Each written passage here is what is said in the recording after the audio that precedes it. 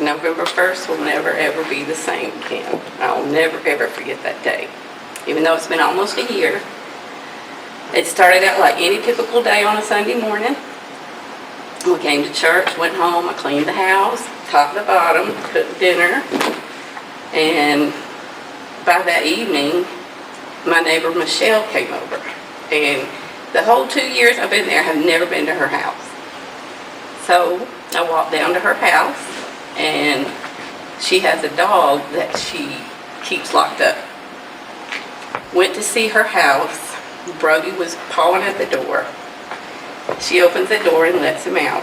And the dog just, no, hey, how are you? Who are you? Why are you here? He just full on went and started attacking me. And he started at my leg, was working his way up.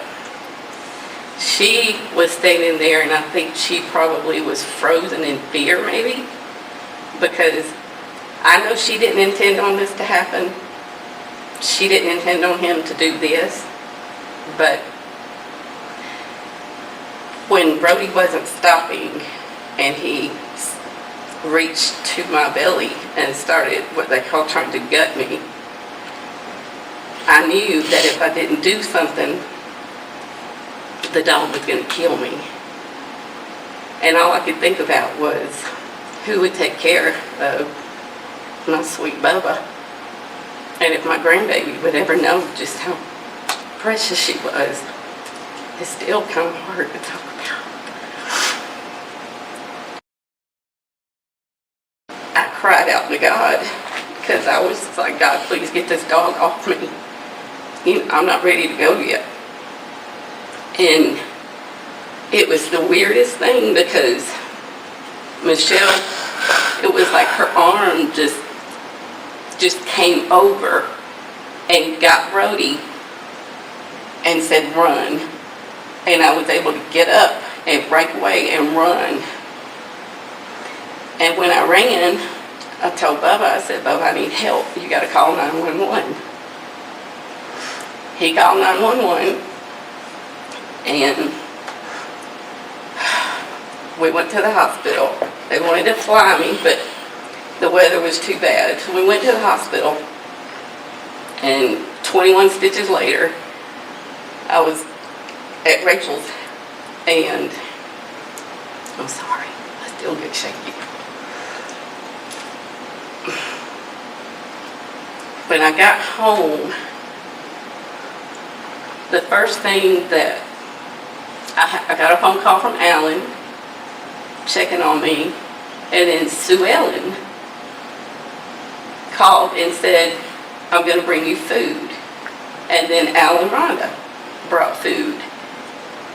And the elders helped me tremendously. Denise. And Denise, and the other Denise, brought me food.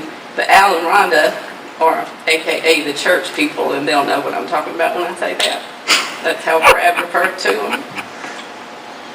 But what I want somebody to take from this is, don't just wait until you're in a crisis moment to cry out to God or to pray. Just pray every day. And when people tell you, they were telling me I shouldn't have anything to do with Michelle or not talk to her, and you know I talked to you about this, and it's like, you've got to say to yourself, what would Jesus do? How can people see Jesus through you if you don't reach out? How can people expect you to be cold and indifferent, and like, would Jesus do that? Jesus would reach out. And you can be a witness anywhere you're at work. I do it every day at work. Or you can do it in the grocery store. You can reach out, be kind, let your light shine. Let God shine through you. And George, I've had this going through my mind all the time. I'm like, how am I going to say this? But be kind to one another, love one another, make amends to people that you feel like you need to make amends with. Like, first thing I did when I got back to work is I took a girl that I felt like I wasn't being very supportive with, who was going through a divorce. I didn't agree with it, but that's not my place. Because God don't want you miserable.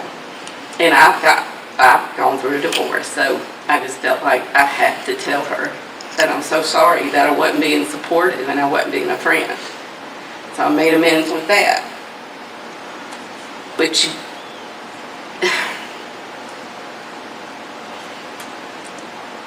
I reached out to Michelle and reached out, and now she's finally coming to church. She doesn't come every Sunday, but that was the first step, is getting her here.